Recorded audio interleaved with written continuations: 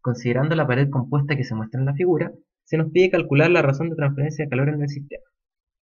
Para poder hacer esto, supondremos transferencia de calor unidimensional y utilizaremos la analogía de resistencias térmicas con resistencias eléctricas.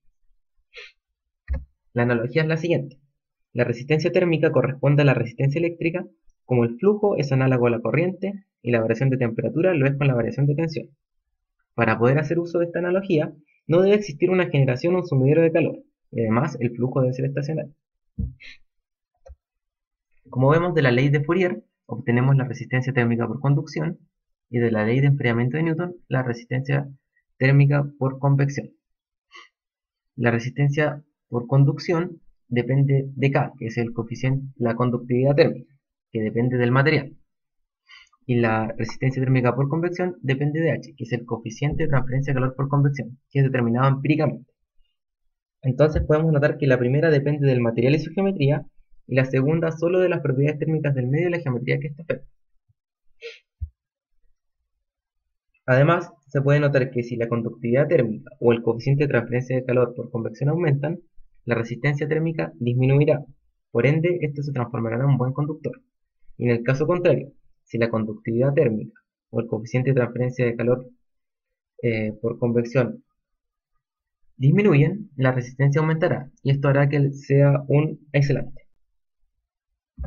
Aquí vemos la analogía con el circuito eléctrico. 1 y 2 están conectados, por decirlo de alguna manera, en paralelo, y R3 y el R de convección están en serie. De aquí vemos que al estar conectados en serie, el flujo se mantiene, pero las resistencias se suman normalmente, y esto implica que la variación de temperatura disminuirá. En cambio, cuando se está conectado en paralelo, el flujo tenderá a irse por el lado que tenga menor resistencia o mayor conductividad, asumiendo que tienen las mismas dimensiones. Es decir, que si la conductividad de uno es mayor que la conductividad de 2, el flujo tenderá a irse por el segmento 1 proporcionalmente a la diferencia entre ambas conductividades. De esta manera, podemos obtener la razón total de transferencia de calor, que viene dado por la siguiente expresión.